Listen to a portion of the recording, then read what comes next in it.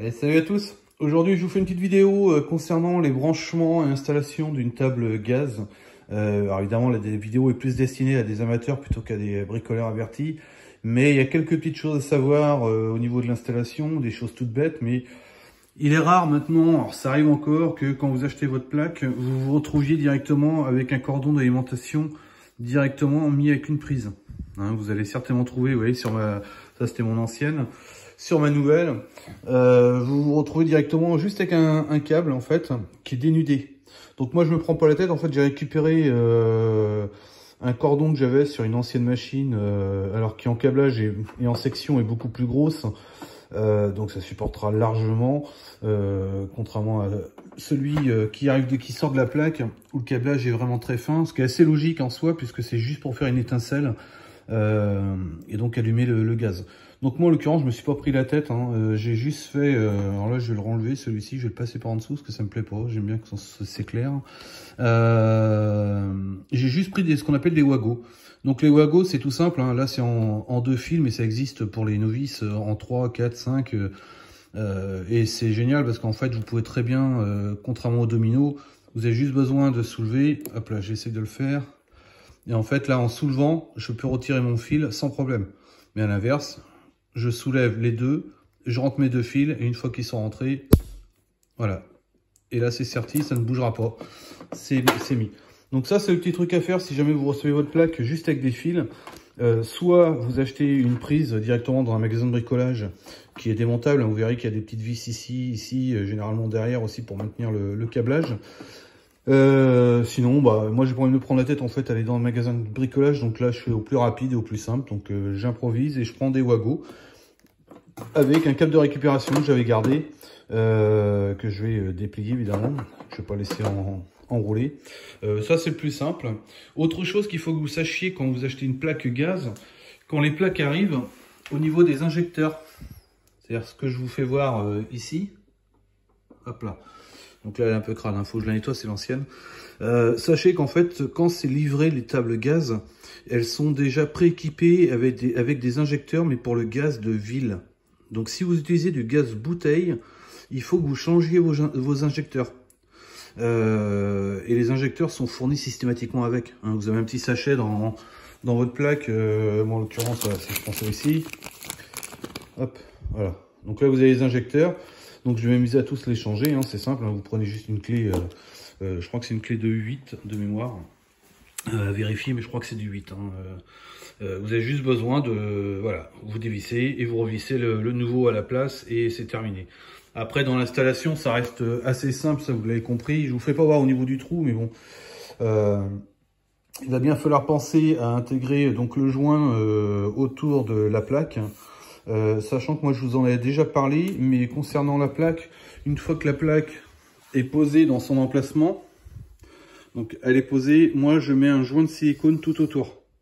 Alors un joint de silicone transparent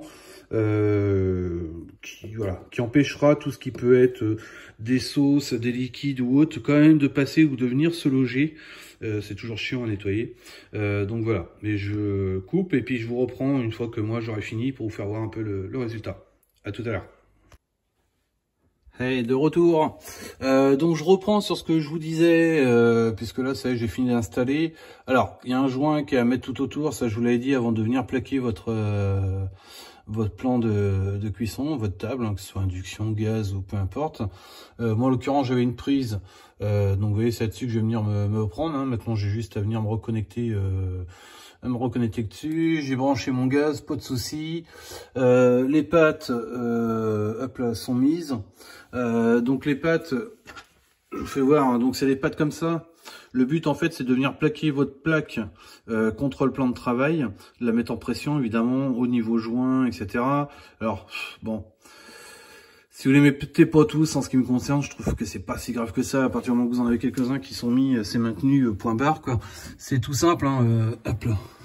Donc là vous avez, je vous fais voir ici, voilà.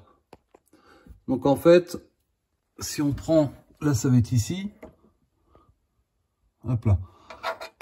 Il suffit juste de le rentrer et puis après de venir ici, voilà. Et en fait quand vous allez visser, ça va venir plaquer, ça va ramener en fait la table en pression contre le plan de travail et donc ça va l'immobiliser. Donc ça c'est la petite chose, hein, si j'arrive pas à l'enlever, voilà, ça c'est fait. Donc moi en l'occurrence, vous voyez, j'ai mis une seule vis, ça suffit largement, c'est plaqué, point barre. Tout à l'heure je vous parlais d'un joint, donc là ma plaque elle est complètement plaquée, néanmoins je sais pas si on va le voir, voilà, là vous le voyez. C'est pour ça que moi personnellement je mets un joint silicone, alors c'est pas un joint silicone classique, hein, c'est un super bon qui colle en plus, etc., mais qui est transparent. Et ça je vous en ai déjà parlé dans d'autres vidéos. L'avantage c'est que du coup tout ce qui peut être les sauces, miettes ou autre, ça ne rentre pas. Il suffit juste de mettre un coup d'éponge, terminé, il n'y a plus rien. Donc ça c'est ce que je vais faire après, mais c'est pour ça que je reprécisais dessus. Pendant que j'y suis, toujours pour les novices, moi j'ai une prise là en l'occurrence, mais généralement que ce soit dans les maisons modernes ou autres, vous n'avez pas à avoir de prise. Hein, vous allez directement venir vous brancher, alors pour des anciennes maisons qui le sont déjà, hein, soit éventuellement des dominos. Et si vous avez juste 3 fils qui ressortent du mur, et ben vous faites comme moi j'ai fait en fait avec moi, hein, vous prenez des wagos, hop là. Vous prenez des wagos et puis bah vous branchez les câbles qui sortent du mur sur ceux de la plaque. Hein, après il suffit juste de repérer les couleurs, hein, donc ça c'est pas compliqué. Hein. Vous avez la terre, hein, et puis bah, après comme le reste, hein, le bleu avec le bleu, le marron avec le marron, etc. Donc il n'y a rien de sorcier, mais c'est ce que vous pouvez rencontrer éventuellement dans le mur, hein, au lieu d'avoir une prise, directement d'avoir une arrivée. Je suis en train de chercher le nom, je l'ai perdu. Mais c'est pas grave, vous m'avez compris, hein. Bref, vous avez 3 fils, généralement vous avez un petit cache par-dessus, et donc il suffit juste de dévisser, dévisser le cache, vous retirez, vous avez vos câbles qui sont derrière, vous mettez vos wagos, vous remettez le cache, et terminé, l'histoire est close. Donc voilà. Donc moi, bah écoutez, elle est installée, il ne me reste plus qu'à mettre mon petit joint de silicone tranquillou, changer mes injecteurs, hein, encore une fois, parce que là je sais que c'est les injecteurs gaz de ville. Donc encore une fois, j'ai juste besoin de les dévisser, puis je vais remettre les autres qui avaient dans le sachet, voilà. Écoutez, si vous avez des petites questions, n'hésitez pas, hein, je me ferai un plaisir de répondre comme d'hab. Et puis si vous avez aimé, mettez un petit pouce bleu, ça fait plaisir. Allez, à bientôt pour une autre vidéo. Salut à tous.